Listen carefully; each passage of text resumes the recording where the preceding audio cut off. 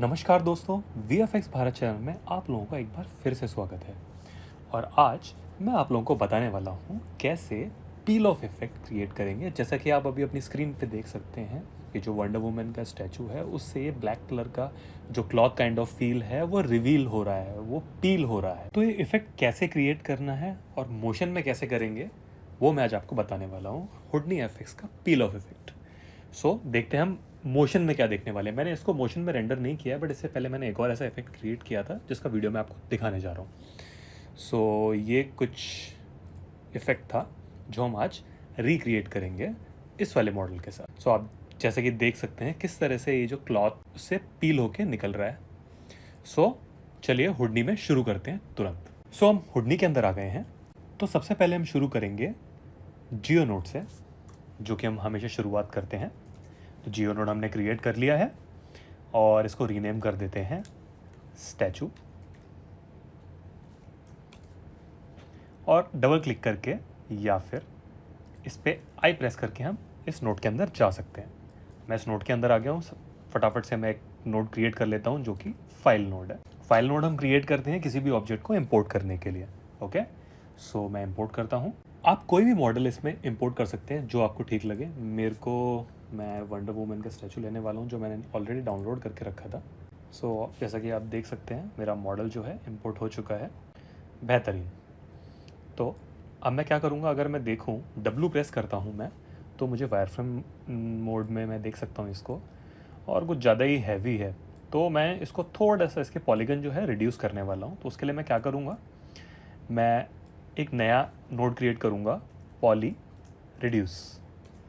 Okay, और जैसे ही आप पॉली रिड्यूस नोड ऐड करते हैं, यहाँ पे आपको ऑप्शन दिखता है परसेंटेज टू कीप। यहाँ पे अगर आप देखेंगे यहाँ 100 लिखा है, दैट मीन्स मैं 100% ऑफ पॉलीगन अपने मॉडल की यूज़ कर रहा हूँ। अब मैं चाहता हूँ मैं इसके आधे यूज़ करूँ, तो मैं क्या करूँगा, यहाँ पे 50 प्रेस कर दूंगा। तो अब मेरा जो मॉडल है उसके जितने भी पॉलीगन्स है उसको वो बाय हाफ रिड्यूस कर देगा। ओके, और इस पर जैसे ही मैं क्लिक करता हूँ डिस्प्ले ऑप्शन पे, या नीचे आप देख सकते हैं कैलकुलेशन स्टार्ट कर दिया है इसने, रिड्यूसिंग द पॉलीगन्स। सो अब आप देख सकते हैं पहले से काफ़ी कम पॉलीगन्स हैं, तो मेरे हिसाब से 50% इज़ फाइन फॉर मी। ठीक है, तो आप अपने हिसाब से देखें, बिकॉज कई बार कैसा होता है हैवी मॉडल होने की वजह से व्यू पोर्ट पे या काम करने पे सिमुलेशन स्लो हो जाता है, और हर बार हाई रेजोल्यूशन मॉडल आप यूज़ करें नेसेसरी नहीं है, स्कोप ऑफ वर्क पे डिपेंड करता है। ठीक है, तो अभी ये पॉली रिड्यूस का नोड क्रिएट हो गया है। अब हम क्या करेंगे, अब मैं सेम सेटअप को फाइल और पॉली रिड्यूस जो मेरा है इसको मैं इसका डुप्लीकेट कर लूँगा। क्यों? बिकॉज मुझे सेम मॉडल को एज ए कोलाइडर भी यूज़ करना है। ओके, तो मैं सेलेक्ट करूँगा, कीबोर्ड पे आप कंट्रोल C दबाएंगे तो आप नीचे देख सकते हैं कॉपी लिखा आ गया था, और यहाँ साइड में क्लिक करिए अपने लेफ्ट क्लिक से और कंट्रोल V पेस्ट कर दीजिए। थोड़ा सा टाइम लेगा ये। सो आप देख सकते हैं अब यहाँ पे पेस्ट हो गया है।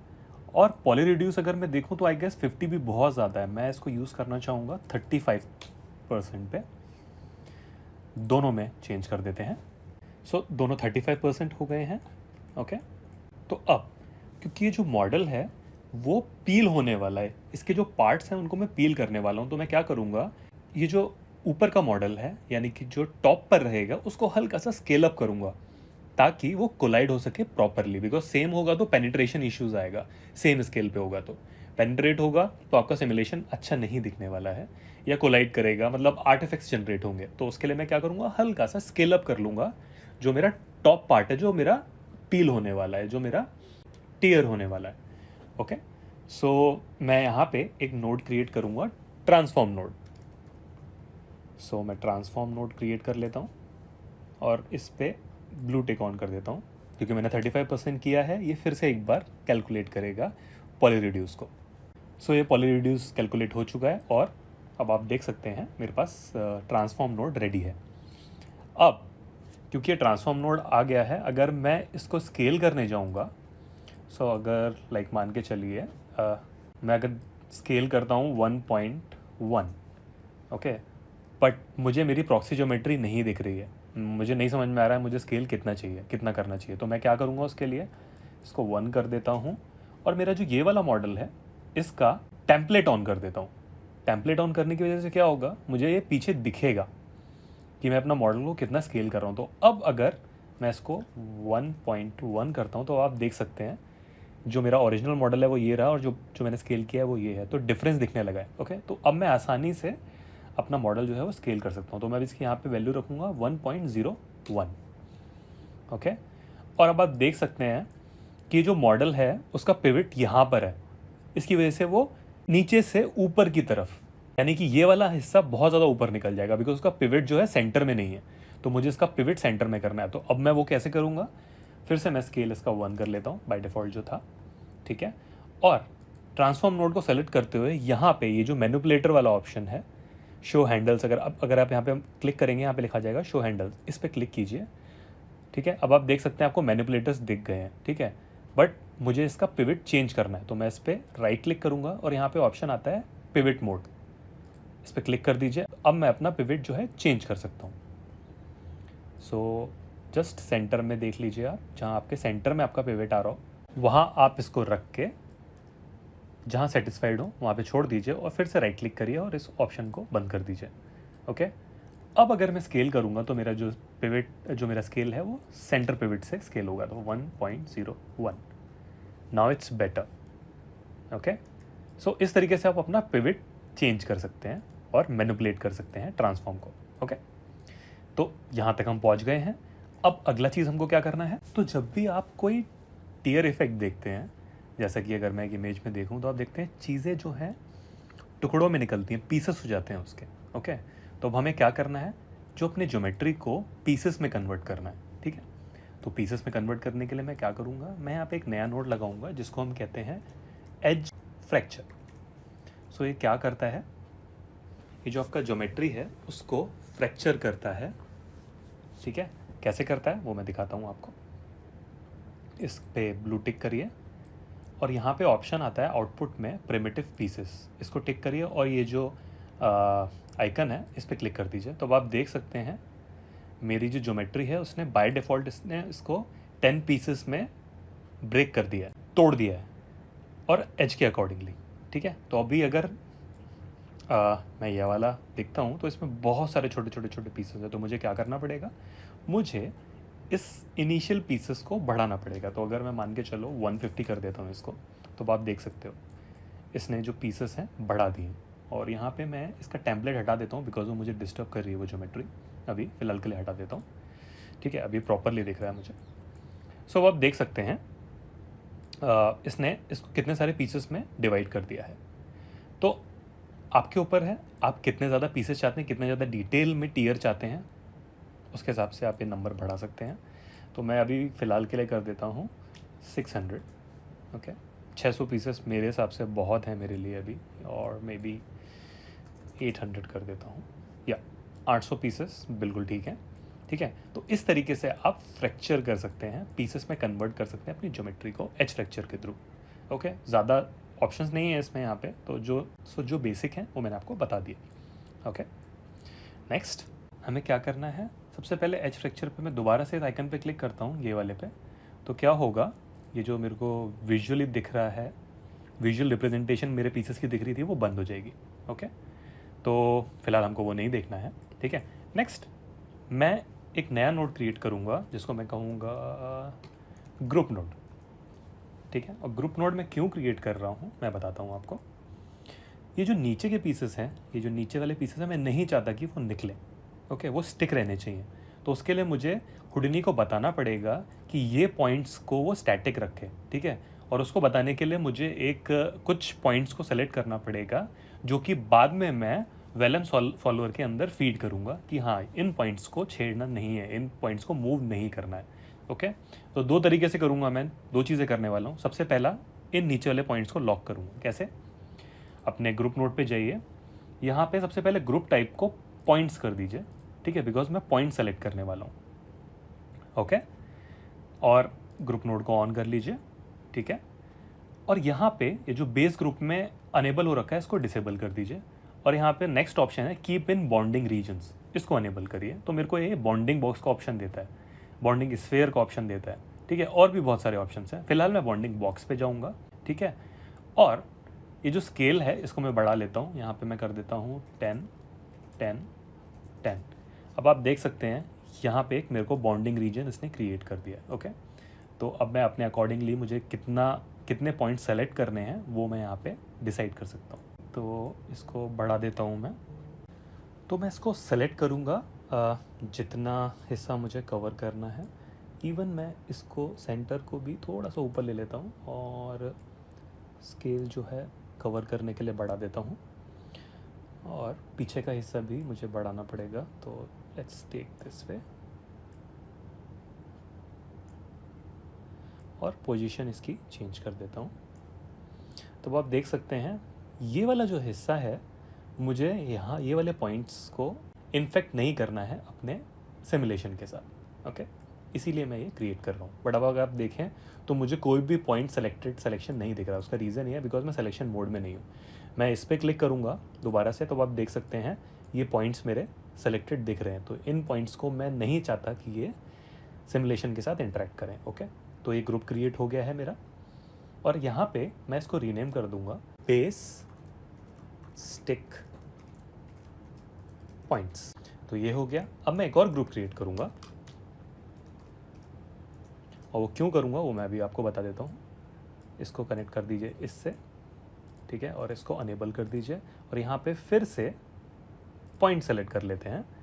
ओके, तो मैं ये वाला ग्रुप क्यों क्रिएट कर रहा हूँ, तो अगर आप यहाँ पे देखेंगे पूरा पील ऑफ नहीं हो रहा है। कुछ चीज़ें जो हैं, कुछ क्लॉथ जो है वो ऑब्जेक्ट के साथ स्टिक है, ठीक है। तो मैं चाहता हूँ कि पूरा पील ना हो जाए, कुछ कुछ पार्ट्स उसके वहाँ रह जाएं, अटैच्ड रह जाएं। लाइक आप फेस पे देख सकते हैं, माथे पे देख सकते हैं, बाल के साइड पे देख सकते हैं, ठीक है। ये है, तो वो चीज़ मुझे क्रिएट करनी है। तो उसके लिए मैं क्या करूँगा, इस पर क्लिक किया, और अब की बार बॉन्डिंग बॉक्स पे ना जाके मैं इस वाले ऑप्शन को चूज़ करने वाला हूँ।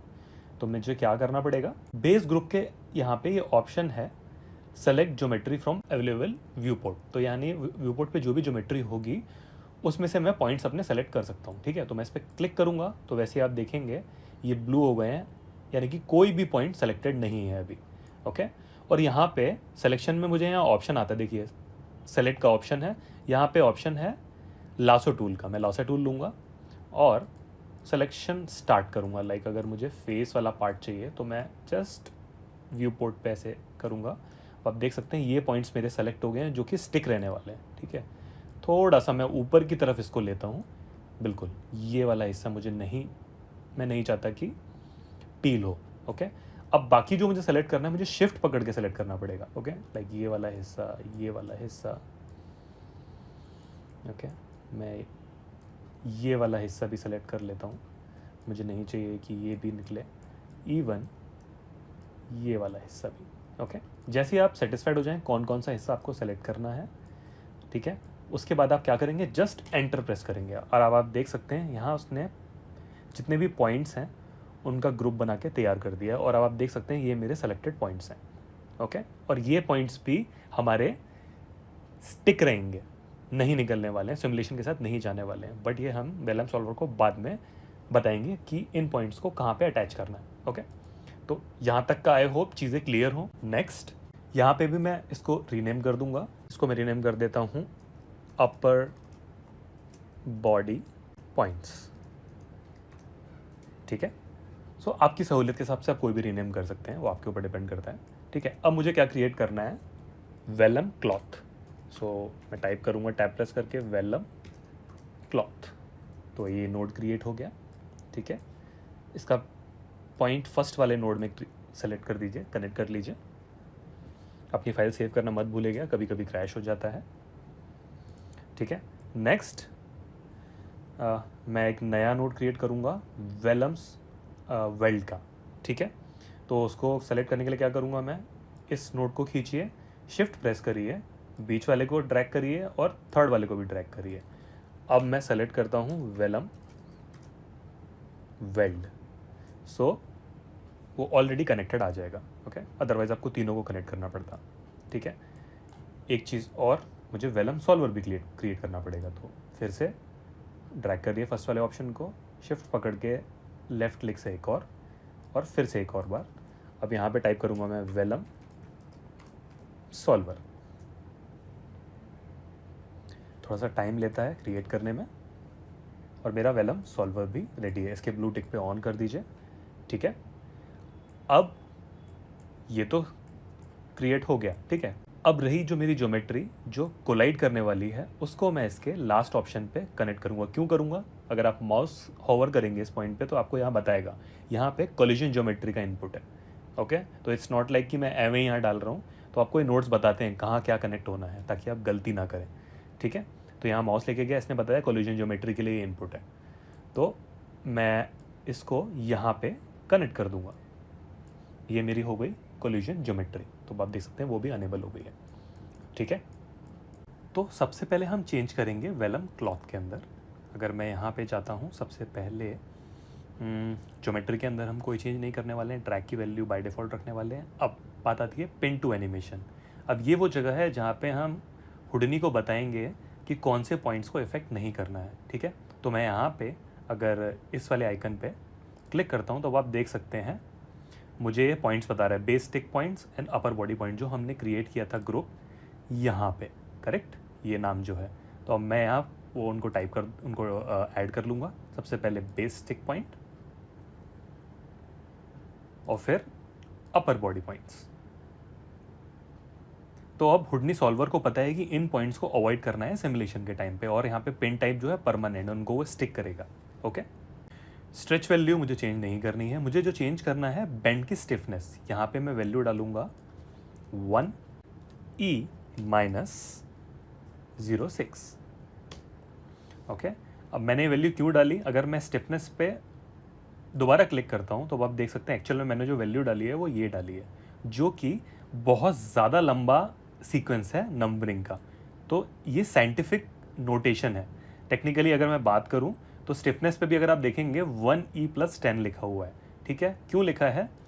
अगर आप इस पर भी क्लिक करेंगे तो आप देख सकते हैं नंबर जो है बहुत ही लार्ज है, तो साइंटिफिक नोटेशन क्रिएट हो जाती है। इस नंबर से डिनोट होता है कि ई रिप्रेजेंट करता है 1 के बाद कितने जीरो लगने वाले हैं। तो 1E+10, दैट मीन्स 1 के आगे 10 जीरो लगेंगे। अगर आप यहाँ कैलकुलेट करेंगे 1 2 3 4 5 6 7 8 9 10, तो ये साइंटिफिकली डिनोट करता है कि एक्चुअल में वैल्यू ये है, बट इतना बड़ा वैल्यू यहाँ टाइप करने की जगह हम इसको साइंटिफिक नोटेशन दे देते हैं यहाँ पे। Same goes with hair. Okay, तो मैंने यहाँ ये वैल्यू डाल दी है। अब मैं जाऊँगा वेलम सॉल्वर के अंदर। ओके, वेलम सॉल्वर के अंदर मैं जाऊँगा फोर्सेस के अंदर, और यहाँ पे ग्रेविटी जो है उसको मैं ज़ीरो कर दूंगा, मुझे ग्रेविटी नहीं यूज़ करनी है। ओके, अब मुझे फोर्स फील्ड नया क्रिएट करना है, तो मैं उसके लिए क्या करूँगा, मैं इस वेलम सॉल्वर के अंदर चला जाऊँगा, यानी कि डबल क्लिक करूँगा, और यहाँ पे आप देख सकते हैं फोर्स आउटपुट। और आप यहाँ पे अगर इस नोटिफिकेशन को पढ़ेंगे तो लिख रखा है wire pop force into force output. That means आपको कोई भी फोर्स यहाँ पे अटैच करेंगे तो वो अफेक्ट करेगी आपके वेलम सॉल्वर को। ओके, तो मैं यहाँ पे टैप प्रेस करूँगा और यहाँ लिखूँगा पॉप विंड। ओके, और इसको यहाँ पे कनेक्ट कर दिया, ठीक है। बाय डिफ़ॉल्ट आपकी वेलोसिटी 0 0 0 रहती है, यानी कि किसी भी डायरेक्शन में आपकी फोर्स अभी एक्टिव नहीं है। ओके, सो मुझे किस में चाहिए? मुझे -x, यानी कि मैं अपने लेफ़्ट साइड चाहता हूँ। मेरे जो पील इफेक्ट है, जो पील होके जो मेरे चिथड़े हैं कपड़े के, वो लेफ़्ट साइड में जाए। ओके, तो यहाँ पे मैं वैल्यू डालूँगा -10, और मैं चाहता हूँ हल्का सा ऊपर भी जाए, यानी कि y एक्सिस में। तो मैं उसके लिए क्या करूँगा, यहाँ पे मैं वैल्यू डाल देता हूँ 3, और एम्पलीट्यूड जो है वो मेरा नॉइज़ फील्ड को मल्टीप्लाई करता है, ठीक है। सो अगर मैं यहाँ पे वैल्यू डालता हूँ 1, तो जो भी मेरी नॉइज़ फील्ड है उसको उसने मल्टीप्लाई कर दिया। तो अगर आप यहाँ पे माउस होवर करेंगे तो भी आप देख सकते हैं maximize value of the noise field, ठीक है।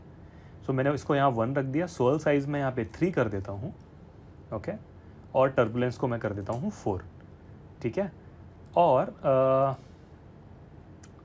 या आई गेस इतना बहुत है, ठीक है। अब हम बाहर चलते हैं। बाहर जाने के लिए मैं क्या करूँगा, ऑब्जेक्ट के बगल में 3 डॉट्स दिख रहे हैं आपको, वहाँ पे क्लिक करेंगे और यहाँ पे ये आपको नोटिफिकेशन दिखा देगा, इस नोड के अंदर आपको जाना है, ठीक है।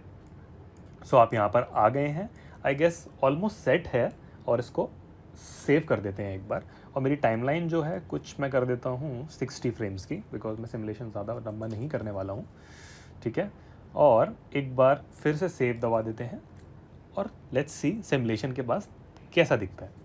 तो अगर आप देखोगे तो मेरा जो क्लॉथ है डेफिनेटली क्लॉथ फीलिंग दे रहा है, बट ये टीयर ऑफ नहीं हो रहा है, पील ऑफ नहीं हो रहा है। तो इतना सब करने का फ़ायदा क्या हुआ? बिकॉज हमने एक चीज़ इसमें मिस कर दी। ओके, क्या मिस कर दी वो मैं आपको बताता हूँ। तो अब आप वेल्ड में अगर जाएंगे, वेल्ड के अंदर आपको एक ऑप्शन मिलता है, उसमें एकदम आप स्क्रॉल करके नीचे जाइए, यहाँ पे ऑप्शन आता है ब्रेकिंग। इसको आपको अनेबल करना पड़ेगा और आप अपने हिसाब से वैल्यू सेट कर सकते हैं। मेरे हिसाब से जो वैल्यू परफेक्टली बैठती है मेरे केस में वो है 0.01। ओके, बस इतना ही करना है। और अगेन मैं एक बार फिर से सिमुलेट करके देखता हूँ व्हाट हैपेंस। तो अब आप देख सकते हैं सिमुलेशन मेरा हो गया है और आपका जो पील है वो होना स्टार्ट हो गया है, और जो पार्ट्स हमने सेलेक्ट किए थे वो वहीं के वहीं स्टिक्ड है, और ऐसा फील आ रहा है कि वो कोशिश कर रहे हैं बाहर निकलने की, बट आप देख सकते हैं ये उधड़ा हुआपन उसमें दिख रहा है। तो इस तरीके से आप इस टाइप की सिमुलेशन को क्रिएट कर सकते हैं, और इसी तरीके से मैंने ये क्रिएट किया। ओके, सो बहुत ही सिंपल था, बट इट्स ऑल अबाउट थोड़ा सा लॉजिक लगाना है चीज़ों के लिए, और you can get the result you wanted. Okay, so इस तरीके से आप इस टाइप का effect, peel off effect, tear off effect create कर सकते हैं। ठीक है, और मान के चलिए अगर मैं यहाँ से यहाँ पे जाता हूँ और खाली स्मूथ शेडर देखता हूँ, तो आप देख सकते हैं मुझे प्रॉपरली ये डिटेल में दिख रहा है, ये जैसे कपड़ा दिखता है निकला हुआ। ओके, और अगर आप इससे भी ज़्यादा डिटेल्स चाहते हैं तो आप क्या कर सकते हैं, मैं वो भी बता देता हूँ आपको। फिर से सेलेक्ट करते हैं इनको तीनों नोड्स को, और यहाँ पे मैं टाइप करूँगा पोस्ट प्रोसेस। ओके, ये नोड जो है विदाउट इंक्रीजिंग, यानी कि आपका जो बेस मैश को आपको इंक्रीज़ नहीं करना है, उसका साइज़, उसका रेजोल्यूशन, क्योंकि अगर आप ऐसा करते हैं तो आपका सिमुलेशन का टाइम भी बढ़ जाएगा, जो कि हम नहीं करना चाहते। तो इस नोड में आपको वो बेनिफिट्स मिल जाते हैं पोस्ट में करने के लिए। लाइक अगर मैं यहाँ जाता हूँ तो यहाँ सब डिवीजन लेवल्स हैं, यहाँ पे इसको मैं कर देता हूँ। एक मिनट पहले मैं थोड़ा जूम आ जाता हूँ ताकि आप देख सकें डिटेल में, और कैटमल क्लॉक कर देता हूँ इसको। ठीक है, थोड़ा सा टाइम लेगा कैलकुलेशन के लिए। ओके, तो आप देख सकते हैं जैसे ही मैंने इसको चेंज किया, अगर मैं इस नोट पे जाता हूँ और यहाँ पे आता हूँ तो आप देख सकते हैं नन किया तो डिटेल चली गई, कैटमल क्लॉक किया तो आप देख सकते हैं डिटेल आ गई। और वो ऐसा क्यों हो रहा है उसको मैं आपको वायर फ्रेम मोड में दिखाता हूँ, स्मूथ विद वायर में। ठीक है, नन करता हूँ तो आप देख सकते हैं आपके सब डिविजन्स कम हैं, और इस पर जैसे कैटमल क्लॉक करता हूँ सब डिविजन्स बढ़ गए, स्मूथ हो गया आपका मैश और डिटेल दिखने लगा। और ये जो वैल्यू है आप यहाँ बढ़ा सकते हैं, डेप्थ 2 कर देंगे तो और ज़्यादा सब डिवाइड हो जाएगा। ठीक है, सो इस तरीके से आप पोस्ट प्रोसेस अप्लाई कर सकते हैं अपने सिमुलेशन के ऊपर। ठीक है, तो ये रहा यहाँ तक के लिए। अब अगर आपको एक्सपोर्ट करना है मोशन में तो आप क्या करेंगे, इसको साइड कर लेते हैं, और यहाँ पे एक नोड में लगाऊंगा रॉप अलेम्बिक, जो कि मैं हर बार अपने ट्यूटोरियल्स में बताता हूँ। इसको यहाँ पे क्लिक कीजिए, यहाँ पे आप सेलेक्ट करिए मेन, रेंडर विद रीटेक में मेन, यहाँ पे करंट फ्रेम जो कि मेरा सिंगल फ्रेम है, अगर मैं सिंगल फ्रेम मारना चाहता हूँ। अगर आपका मोशन में कैश हो गया है तो आप मोशन में भी मार सकते हैं, तो आपको सेलेक्ट करना पड़ेगा रेंडर फ्रेम रेंज। ठीक है, यहाँ पे फाइल का आउटपुट दे दीजिए जहाँ आपको सेव करना है, और जस्ट सेव टू डिस्क पे करेंगे तो आप सेव कर सकते हैं। ये आपका हो जाएगा पीलिंग के लिए। और आपको अगर ज्योमेट्री एक्सपोर्ट करनी है तो सेम नोड आप यहाँ पे लगाइए, कनेक्ट करके आप एज उसको सिंगल फ्रेम एक्सपोर्ट कर सकते हैं। ठीक है, और एक चीज़ और जो कि इंपॉर्टेंट है वो मैं बता देता हूँ आपको। अगर आप यहाँ पे देखेंगे तो मेरा जो ये ब्लू वाला जो आपको दिख रहा है ना, ब्लू हिस्सा, दैट मीन्स ये कैश्ड हिस्सा है, और बाकी का जो है वो कैश्ड नहीं है। उसका रीज़न ये है, अगर मैं वेलम सॉल्वर को सेलेक्ट करता हूँ और सिमुलेशंस पे जाता हूँ तो मेरी जो कैश मेमोरी की लिमिट मैंने 5 GB करके रखी है। अगर मैं इसको 10 कर दूंगा तो अप टू 10 GB मेरा कैशिंग डेटा सेव करेगा ये। ठीक है, दैट मीन्स जो आपकी सी ड्राइव है उसमें और स्पेस ज़्यादा लेगा आपका। ठीक है, तो वो आपके ऊपर, अगर आप चाहते हैं पूरा डेटा कैश करना एक ही बार में तो आप कर सकते हैं। ठीक है, तो आपको यहाँ पे वैल्यू बढ़ानी पड़ेगी, 5 की जगह 10, 15, 20 जितना भी आप चाहें, तो उसके हिसाब से आपका जितना भी आप सिमुलेट करेंगे वो कैश हो जाएगा प्रॉपरली। बिकॉज 5 GB की लिमिट क्रॉस होते ही उसने जितना 5 GB में आया उतना ही सेव किया। ओके, तो इस तरीके से आप अपनी चीज़ें चेंज कर सकते हैं। और हाँ, ये जो वैल्यूज़ मैंने डाली हैं आप डेफिनेटली प्लीज़ ट्राई करिए और चीज़ें क्रिएट करने की कोशिश करिए, बिकॉज ये जस्ट मैंने टेस्ट किया था, उस बेसिस पे चीज़ें आई हैं। आप चाहें तो और अपनी वैल्यूज़ डालिए और डिटेल बढ़ाइए और ऑब्जेक्ट सेलेक्ट करिए और ट्राई कीजिए, चीज़ों को एक्सपेरिमेंट करिए, तो और अच्छा कुछ आप रिजल्ट निकाल सकते हैं, इससे भी बेटर। ओके, सो मैंने क्या किया, इसको एक्सपोर्ट किया और मैं दिखा देता हूँ। ये मैंने सिंगल फ्रेम बॉडी और पील दोनों एक्सपोर्ट किया और मैंने इनको माया में रेंडर किया। ओके, सो सिंपल है, आप अगर एलेम्बिक एक्सपोर्ट कर सकते हैं तो एक्सपोर्ट करिए। और उसके बाद मैं माया में लेके आया और आप देख सकते हैं मेरा छोटा सा सीन सेटअप है ये। ओके, मैंने 3 लाइट्स लगाई हैं, टॉप है, बैक है और राइट साइड में एक लाइट है, ठीक है। और उसके बाद जस्ट मैंने इसको रेड शिफ्ट में शेडर्स अप्लाई करके रेंडर किया है। तो मैं रेंडर दिखा देता हूँ मेरा रेंडर कैसा आता है। सो ये मेरा फाइनल 3D का रेंडर है और ये मैंने कॉम करके सीसी करके थोड़ा सा इसको और इम्प्रूव किया। ओके, सो इस तरीके से आप इस टाइप का इफेक्ट क्रिएट कर सकते हैं एंड आई होप इतना कॉम्प्लिकेटेड नहीं रहा होगा। और मैंने बेसिक से ही समझाने की कोशिश करी है कि किस तरह से आप स्टेप बाय स्टेप चीज़ों को क्रिएट कर सकते हैं। तो अगर आपको ये ट्यूटोरियल पसंद आया है तो सब्सक्राइब करना ना भूलिएगा और इस वीडियो को लाइक ज़रूर कीजिएगा, थोड़ा सपोर्ट मिलेगा मुझे। और आई नो, मैं जानता हूँ जिन लोगों ने सब्सक्राइब किया है, जो लोग देख रहे हैं वो ऑलरेडी मुझे सपोर्ट कर रहे हैं, मुझे मैसेजेस आ रहे हैं, मुझे बहुत अच्छा लग रहा है। आप लोग बता रहे हैं कि आप लोगों को ट्यूटोरियल पसंद आ रहे हैं और आप चाहते हैं कि मैं और भी बनाऊँ। मैं डेफिनेटली और भी ट्यूटोरियल बनाऊँगा, पर ये आप लोगों के ऊपर है। आप लोग सब जितना ज़्यादा सपोर्ट करेंगे उतना ज़्यादा मैं अच्छे से चीज़ों को क्रिएट करूँगा। तो अगली बार के लिए मैं एक नया टॉपिक लेकर आऊँगा और बहुत जल्दी मिलते हैं नए ट्यूटोरियल के साथ। अपना ख्याल रखिए, अपनी फैमिली का भी, और सेफ़ रहें। धन्यवाद।